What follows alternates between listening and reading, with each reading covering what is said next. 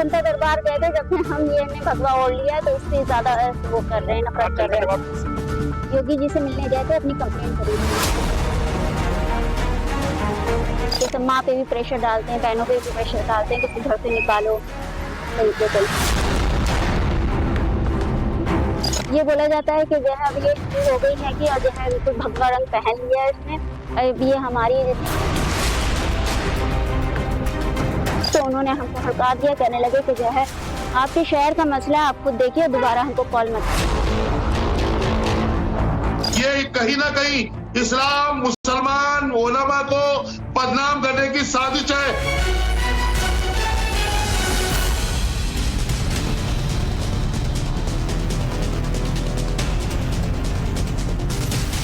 नमस्कार, times now Bharat पर देश के सबसे पसंदीदा डिबेट शो राष्ट्रवाद में आपका स्वागत है। आपके साथ मैं हूं राकेश पांडे। राष्ट्रवाद यानी देश से बढ़कर कुछ नहीं। क्या कट्टर मौलानाओं को भगवा से इतनी चिढ़ है कि मुस्लिम युवती ने भगवा हिजाब पहन लिया तो उसे इस्लाम धर्म से ही बेदखल कर दिया?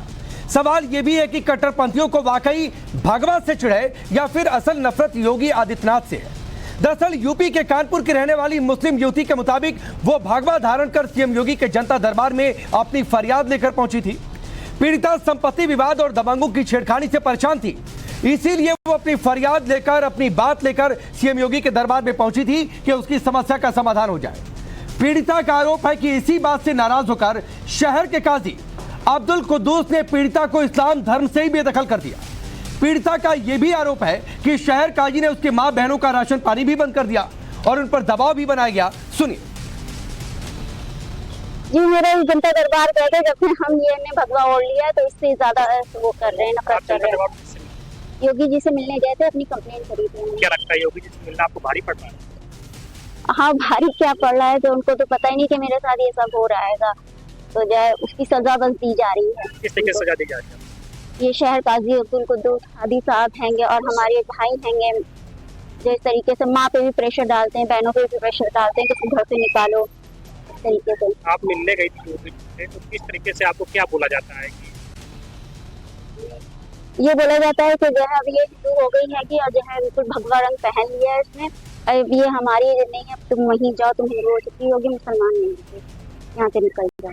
तो इतने सब सुनने के बाद क्या आप अभी भी योगी जी के साथ रहेंगी या फिर? बिल्कुल, हम योगी जी के साथ हैं, बिल्कुल, हम बिल्कुल चाहेंगे योगी जी हैं तो हमारी जैसी बहन बेटियों की इज्जत सेफ हैगी, वरना तो पता नहीं मेरे साथ क्या हो जाता।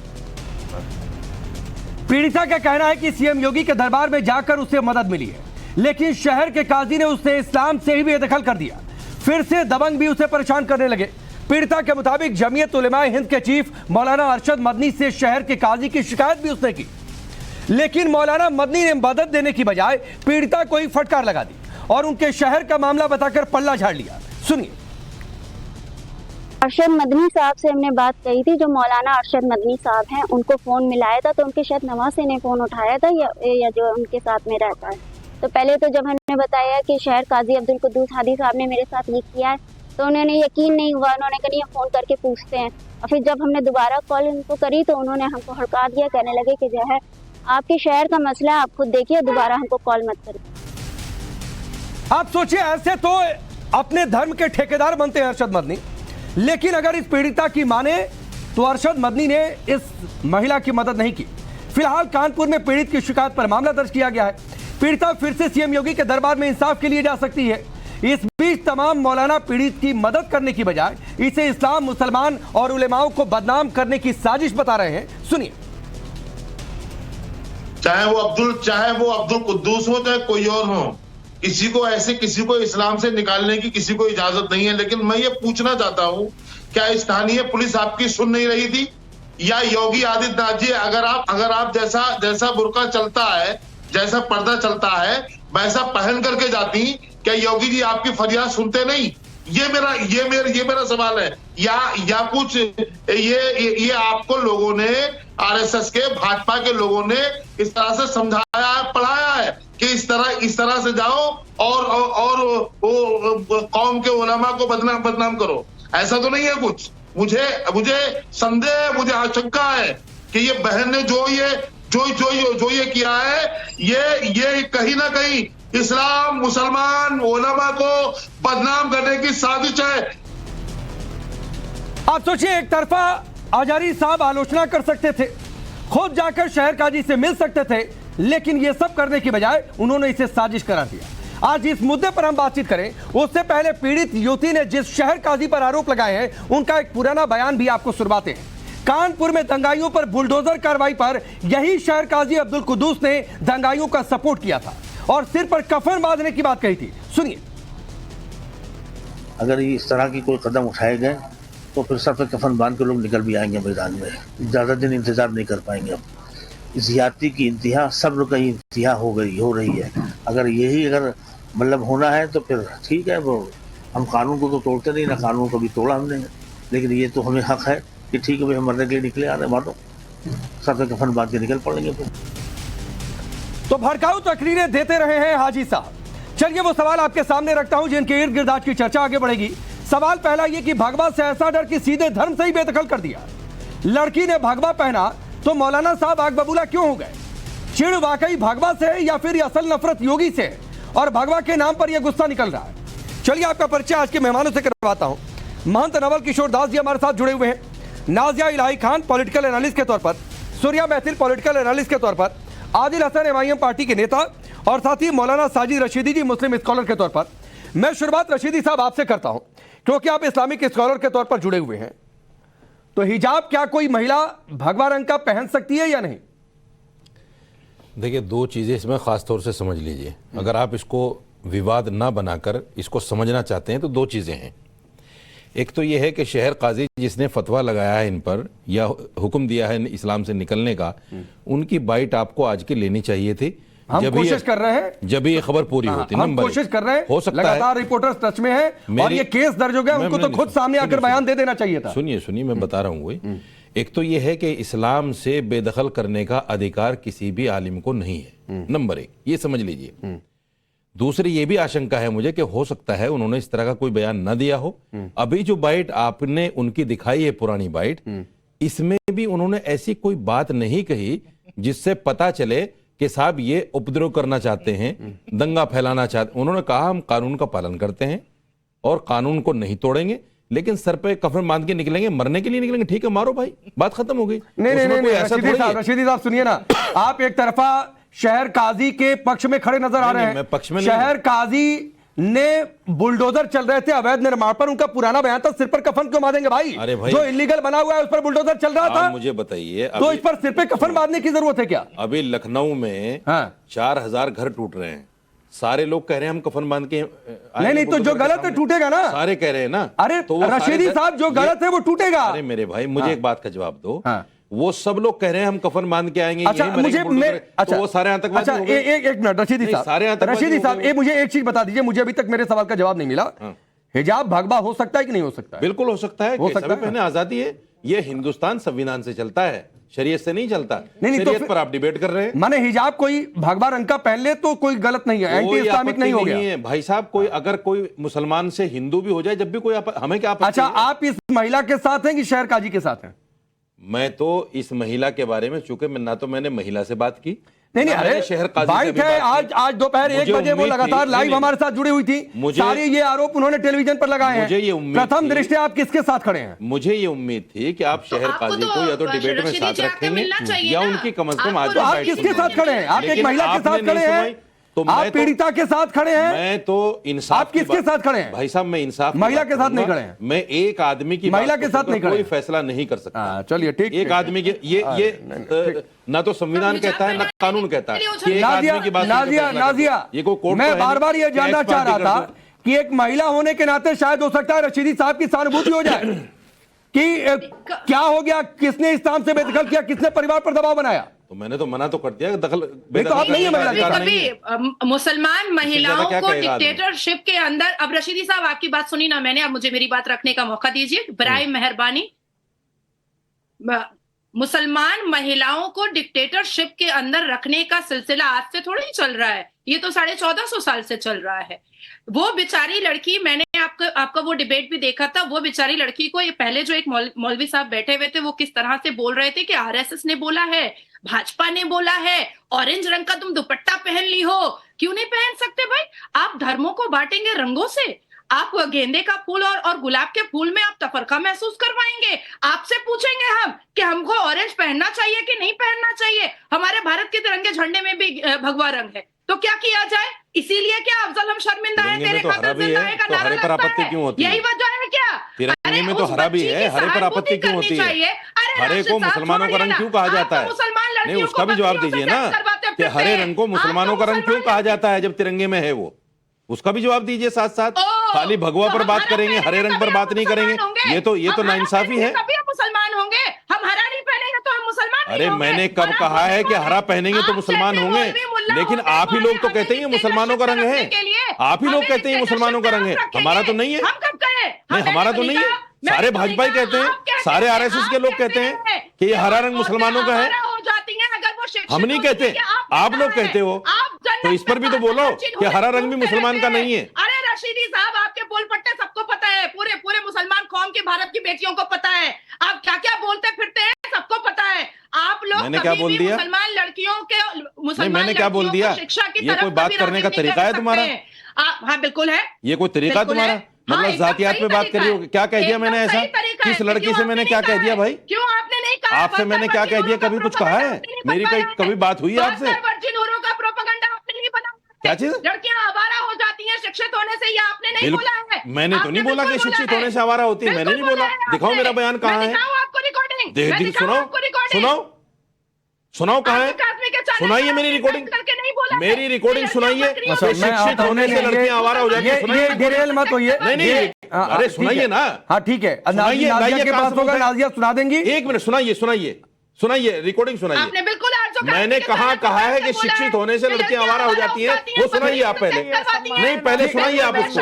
ठीक, मैं आगे बढ़ता हूँ। आपके पास होगा तो नाजिया निकाल लेंगी। झूठ बोलेंगी। नाजिया आप कोट कर रही है, निकाल लीजिएगा, आपके पास होगी रिकॉर्डिंग तो। एक मिनट में आता हूँ, आपको डिबेट के आखिर में भी बता देने का हक है। हाँ ठीक है, बताइए आखिर में, बताइए। ठीक है साहब, ये रिकॉर्डिंग है। ठीक है। एक महिला को महंत जी मैं आ रहा हूँ, मुझे थोड़ा सा समय भी नहीं दे रहे हैं। हाँ, साजिद रशीदी कोई इतना बेवकूफ आदमी नहीं कि तुम्हारी बातों में आ जाएगा। हम नहीं मानेंगे मुल्ला को। नहीं, अरे मत मानिए ना, आप तो अपने बाप को भी मत मानिए। नहीं कौन प्लीज कह रहा है? रशीदी साहब ऐसी बातें नहीं, अपने प्लीज बाप को भी मत मानिए। प्लीज ऐसी बातें नहीं रशीदी साहब, प्लीज। हमने कब कहा? माँ बाप पर मत जाइए, मैं ये कभी अलाउ नहीं करूंगा रशीदी साहब। माँ बाप पर मत जाइए, ये क्या मतलब होता है?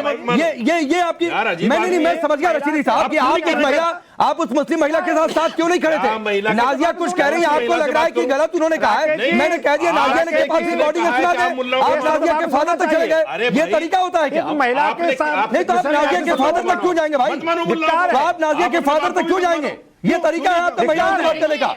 यही ट्रीटमेंट होता है क्या? 50 चलिए मैं आगे बढ़ रहा हूँ। रुक जाइए, रुकिए। आदिल एक मिनट रुकिए। नाजिया शांत होंगी। नाजिया प्लीज। आपको संविधान में अधिकार है। रशीदी साहब प्लीज। आपको भी मत मानिए। रशीदी साहब, अधिकार है आपको संविधान में। रशीदी साहब प्लीज मत मानिए। सबकी आवाज डाउन करिए। कौन मना करता है पीसीआर आपको? सबकी आवाज डाउन करिए। पीसीआर सबकी आवाज डाउन। आदिल, नंबर 1 बात, नाजिया के फादर तक रशीदी साहब गए, इसकी आलोचना करेंगे आप? नंबर 2 बात, ये भगवा से नफरत है या फिर योगी से नफरत है? आपको क्या लगता है? जबरदस्ती सवाल। भाई उन लोग के दोनों के बीच का मामला है। अगर वो मना कर रहे हैं, वो भगवा रंग सिर्फ थोड़ी किसी कॉपीराइट है किसी जात का, किसी धर्म का। बहुत सारे खानकाहों में भगवा रंग का चादर पोशी होती है, भगवा सबका है, तो इसमें किसी का कॉपीराइट थोड़ी है जो बोल रहे हैं। नहीं, लेकिन आदिल भाई, लड़की ने ये कहा, महिला ने ये कहा कि भगवा कलर का हिजाब पहनकर योगी के दरबार में, जनता दरबार में चली गई, इसीलिए उनको इस्लाम से बेदखल किया गया। लड़की ने यही कहा। ये उसका पक्ष है ना, तो दूसरा पक्ष आके क्यों नहीं बोला? ना। चलिए, हाँ तो मैं तो कोशिश कर ही रहा हूं ना। अभी आदिल की बारी है, बोले राकेश जी। राकेश जी, मैंने दोनों पक्ष का तो सुना नहीं हूं, लेकिन किसी को इस्लाम में दाखिल कराने का किसी को हक नहीं। इस्लाम में जो दाखिल होते हैं वो अपने मर्जी से होते हैं, और अभी मर्जी से हैं। किसी पर ज्यादती जुल्म करने का किसी को अधिकार नहीं है। ये बात साफ साफ है। और जो भी कह रहे हैं दबाव में नहीं कोई बोल सकते, कुछ डिस्प्यूट होगा इन लोग का, क्योंकि आजकल तो मीडिया आप लोग इतना एक्टिव रहते हैं। सिवान में मेरे जिला अध्यक्ष को MIM के मार दिया गया, अभी तक पुलिस कार्रवाई, अभी तक गिरफ्तारी नहीं हुई, उस पर नहीं चल रहा है, लेकिन ये कानपुर पे चल रहा है, बिहार में लॉ एंड ऑर्डर त्रस्त है, इस पर कोई भी डिबेट कराइए कभी तो अच्छा रहेगा। मेरे पार्टी के डिस्ट्रिक्ट आदिल कई बार चल गया परसों रात में, और जब जंगल राज करके खबर चला दी जाती है तो गिरफ्तारी नहीं हुई। आपकी पार्टी का तो मैं नहीं कहूंगा, मुझे नहीं कोई बयान याद आ रहा, लेकिन आप ही के साथ के लोग खड़े हो जाते हैं कि कहां से जंगल राज बोलने लगे। तो अभी उस पर डिबेट नहीं हो रही है और वो खबर भी बाकायदा चली है। से पूछिए 11 साल के बच्चे पर, 11 साल के मासूम बच्चे के सामने, बेटा के सामने बाप को मार दिया गया। सिवान में आरिफ जमाल साहब को मार दिया गया। अभी तक नीतीश सरकार की पुलिस सोई भी है। तो सवाल उठाइए ना भाई, किसने मना किया है? तेजस्वी यादव नहीं तो आप नीतीश सरकार से सवाल पूछिए, उस सवाल के साथ है आदिल। लेकिन अभी डिबेट का टॉपिक कुछ और है, चाहते हैं इस पर डिबेट। अभी डिबेट का ठीक है, आप उठाइए ना, बड़े प्रदर्शन करिए, वैसी साहब चले जाए पटना में धरना प्रदर्शन करें, अपने आप खबर हो जाएगी। आप बोलिए अपनी पार्टी के सारे बड़े नेता पटना पहुंच जाए। इसी हफ्ते सिवान आ रहे हो, वैसी साहब। हाँ बिल्कुल ठीक है, करना भी चाहिए। नहीं, सिवान भी जा रहे हैं अख्तर। हाँ बिल्कुल करना चाहिए, लेकिन मेरे सवाल पर आइए, सुनिए ये सुनिए अभी कुछ दिन पहले 2023, सुन लीजिए आदिल भाई, सुनिए, ये एक घटना कानपुर की नहीं है। जरा वो ग्राफिक्स सामने रखिए स्क्रीन पर कि किस तरीके से बार बार बीजेपी के साथ अगर मुस्लिम महिलाएं हुई हैं तो क्या अत्याचार हुआ। दिसंबर के इसी महीने में सीहोर में, एमपी में, जहां पर चुनाव समाप्त हुए, नतीजे आए, समीना ने बीजेपी को वोट दिया इसलिए देवर ने पीट दिया। बरेली में मुस्लिम महिला को धमकी मिली कि बीजेपी जा रही हो तो एकदम कत्ल कर दिया जाएगा। मार्च 2022 कुशीनगर में बाबर अली ने चुनाव में बीजेपी के लिए प्रचार किया तो रिश्तेदारों ने बाबर अली की हत्या कर दी। 29 मार्च अमेठी में मुस्लिम महिला की महू बेटे ने पिटाई कर दी, घर से निकाल दिया क्योंकि उसने बीजेपी को वोट दिया था। एक घटना थोड़े नहीं है, इसीलिए मैंने यह सवाल किया कि भगवा से नफरत है कि बीजेपी योगी से नफरत है। सब झूठी खबरें हैं। राकेश भाई, आपने इतना नाम गिनाया कि बीजेपी को वोट देने के चलते इतना अत्याचार हुआ है, बोलने दी। हाँ ठीक है, आदिल आप बोलिए, नाजिया प्लीज, आदिल, फिर उसके बाद सूर्य आपके पास आऊंगा। अभी आपने कहा कि बीजेपी को वोट के देने के चलते मुसलमानों पर इतना जुल्म हुआ, लोगों ने उनको मारा।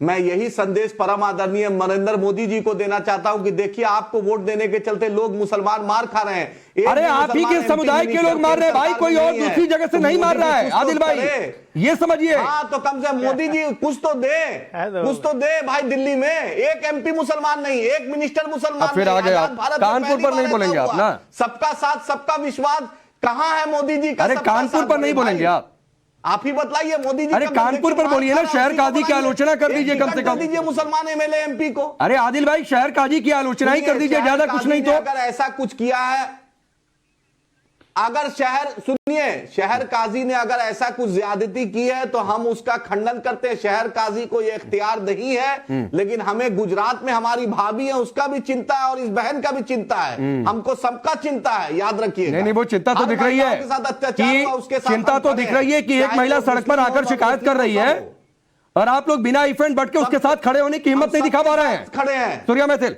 धन्यवाद। फिर महामंडलेश्वर जी आपके पास आ रहा हूं। धन्यवाद। पहले तो आपको और आपके सभी दर्शकों को भारत माता की जय, वंदे मातरम। और पूरे की पूरी डिबेट को देखकर मुझे वो 4 लाइनें याद आती हैं।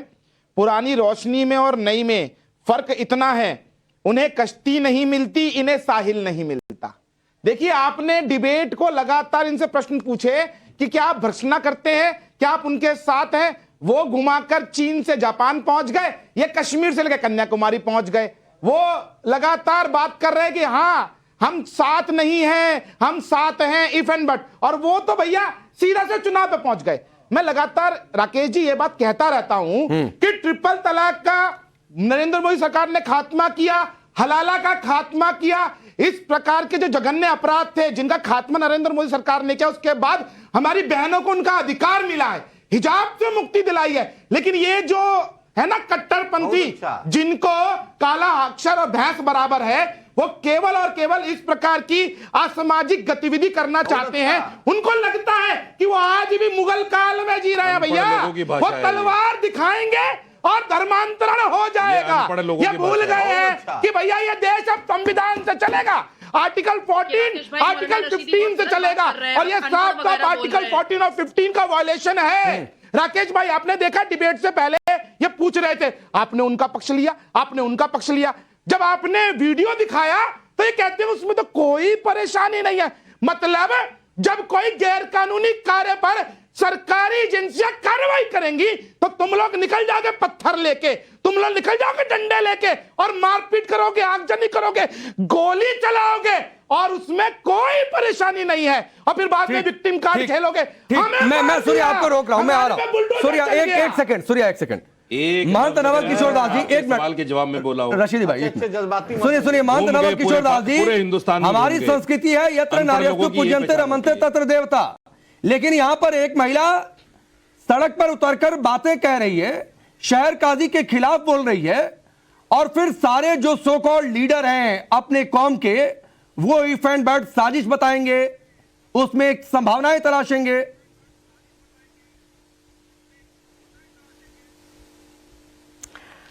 राकेश जी, मेरी आवाज आ रही है अब तक? बिल्कुल आ रही है। बहुत बढ़िया। राकेश जी, इस्लाम में स्त्री के लिए कोई स्थान नहीं है, उसकी कहीं कोई इज्जत नहीं है। ये गलत घर में हो, ऐसा मत बोलो, धर्म पे मत जाओ। टीवी पे अभी आपने देखा, धर्म पे मत जाओ पंडित जी, धर्म पे मत जाओ, हम भी नहीं जाते आप पर। ये क्या है, ये क्या है? बिल्कुल मत जाओ, करोगे, बिल्कुल मत टीवी पे जिहाद करोगे, ये गलत तरीका है। जिहाद करोगे। हमने पहले ही कहा कि इस्लाम से निकालने का अधिकार किसी को नहीं है। आप महामंडलेश्वर होकर इस तरह की बातें करेंगे, नफरत फैलाएंगे आप एक धर्म के खिलाफ। नहीं, बिल्कुल नहीं, ये बिल्कुल स्वीकार्य नहीं है, ये बिल्कुल स्वीकार्य नहीं है। मैं बोलने नहीं दूंगा आपको इस पर। एक नारी का आप बिल्कुल नहीं जाते, आप उसके लिए क्या कर सकते हैं वो बताइए। एक बात सुन लीजिए, रशीदी जी एक बात सुन लीजिए, रशीदी जी एक बात कर सकते हैं। सुनिए, मैं आपको तरीका अगर आपको रास्ता दे देता हूँ रशीदी जी, इनकी जो बातें बुरी लगे आप नोट कर लीजिए, इसके तुरंत बाद आप जवाब दे दीजिए। एक महिला भगवा आक्रमण करने चलेगी तो परेशान हो गए आप लोग। अरे एक महिला के पीछे पड़ गए सब लोग। यही सम्मान है, यही सम्मान है तुम्हारे धर्म में, आपके संप्रदाय में यही धर्म है। अभी सिर्फ महंत नवल किशोर दास जी की आवाज और जा रही है अपने स्टूडियो के अंदर करके एक मुख्यमंत्री कहाँ चली गई, नहीं रुक जाइए, परेशान हो गए। इसके बाद बोल लीजिएगा बाहर निकाल दो, इसे ये कर दो, इसे वो कर दो, उसे बोलने नहीं दे रहे। इसलिए मैं कह रहा हूँ इस्लाम में महिला का कोई जो आपको गलत लगेगा इसके तुरंत बाद आपके पास आ जाऊंगा, आप क्रॉस कर दीजिएगा। रुक जाइए, अरे सुन तो लीजिए भाई, अरे सुन तो लीजिए पूरी बात। अरे किसी भी इस्लाम को छोड़ रहे हैं रशीदी जी, किसी धर्म के खिलाफ कोई नहीं बोलेगा, हम इसको बिल्कुल अलाउ नहीं करते हैं, लेकिन उनको पहले पूरी बात इसकी सुन लीजिए ना, फिर आप बताइएगा क्या गलत बोला। रुक जाइए ना पहले, वो आराध्या के रूप में है और पूजा के रूप में है, पूरे स्टूडियो की आवाज डाउन कहते हैं, माँ कहते हैं, बेटी कहते हैं, महिला का सम्मान करते हैं। एक ये है, एक ये है, एक महिला के बाप की बात करते हैं, क्या हो गया? कहते हैं बड़े पढ़े लिखे। इसलिए मैं राकेश जी कह रहा हूं कि इस्लाम में महिला का जो सम्मान होता तो ये लोग कहते हैं उस काजी को कोई अधिकार नहीं है। एक महिला भगवा पैर के चली गई तो आप परेशान हो गए, उसे इस्लाम से निकाल दोगे। मैंने शुरुआत जेब में लेके घूम रहे इस्लाम को, मैंने भाई साहब उस पर कहते हैं मानवता का धर्म है। आपके कान में क्या दही जमी हुई थी उस वक्त? कैसा धर्म है? सुनिए एक मिनट, महिला का सम्मान नहीं कर सकते, नवल किशोर दास जी, महंत जी एक मिनट, मैंने सबसे पहली बात नहीं ठीक है, मैं एडमिट मैं शहर काजी की बात को नहीं मानता। सुनिए ना, शहर काजी की बात आप नहीं मानते ना की चोट पे कह रहा हूँ, इस्लाम में महिला का कोई सम्मान नहीं है। रशीदी साहब नहीं जा सकती, मस्जिद में आकर ऐसे टाइम खत्म करके कुछ नहीं होता है। नहीं पहन सकती, फलाना करेंगे, अरे रशीदी जी सुनिए सवाल, अरे इधर सुनिए, मुझे देखिए, छोड़िए बंदों से बाहर आना अरशद पड़ेगा। मदनी से इस महिला के मुताबिक उसने अरशद मदनी से बातचीत की है। अरशद मदनी के किसी जानने वाले नवासे ने किसी और ने फोन उठाया, जो बात इस लड़की ने कही है। बाद में खुद अरशद मदनी आए इसके मुताबिक और उन्होंने कहा ये तो तुम्हारे शहर का मामला है, मैं कुछ नहीं कर सकता हूं, तुम देख लो। क्या अरशद मदनी जो इतने बड़े ठेकेदार बनते हैं, अगर ये लड़की की बात सही है तो उनको इंटरव्यू नहीं करना चाहिए था या फिर उस शहर काजी से बात नहीं करनी चाहिए थी?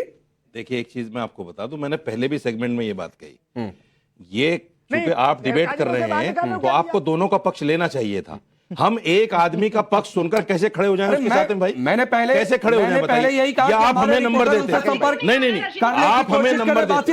अरे तो पहले बोलिए, लेकिन आप हमें नंबर देते, हम बात करते हैं। सही है, अब ये थोड़ा ही कि अगर वो महिला है तो गलत कहेगी तो भी मान लें और सही कहेगी तो भी मान लें। सुनिए ना, अगर लेकिन इस्लाम से निकालने का किसी को अधिकार नहीं है, ये हम बार बार कह रहे हैं और तीनों आदमी ने कही बात, इस्लाम से नहीं निकाल। अगर ये लड़की की बात सही है तो अरशद मदनी ने गलत किया कि सही किया, पहले ही बताइए भाई साहब। मैं सही मान, अगर ये लड़की की बात सही है तो मैं मान के सुनूं, अगर सही है तो आप मुझे डिबेट से पहले बताते, मैं अरशद मदनी साहब से भी संपर्क करता, मैं शहर काजी से भी संपर्क करता। आप लोगों ने बताया ही नहीं मुझे। चलिए इसके बाद कर लीजिएगा। हाँ तो कल रखिए, कम इस लड़की का जीवन ठीक हो जाए। कल रखिए, इसे शहर काजी डराए नहीं, परिवार पर दबाव न डाले, हुक्का पानी बंद न करवाए, इस्लाम से बेदखल करने की बात न करें। कल इस पर दोबारा डिबेट रखिए, मैं दोनों आदमियों से बात करके आऊंगा। ठीक, सॉरी, आप कुछ कहना चाहते हैं? देखिए राकेश भाई लगातार ये कह रहे हैं मैं इससे बात कर लूंगा, मैं उससे बात कर लूंगा, मैं ये बात कर लूंगा, मैं वो बात कर लूंगा। मेरा सीधा प्रश्न इनसे है, अभी 1 बजे की डिबेट सुन लीजिए, अब चिल्लाइए मत, आपने बहुत टाइम वेस्ट कर लिया है, नौटंकी मत कीजिए। आपका सवाल का जवाब नहीं दूंगा। आप देखिए 1 बजे आप है कौन? महिला पीड़ित महिला कौन भाई?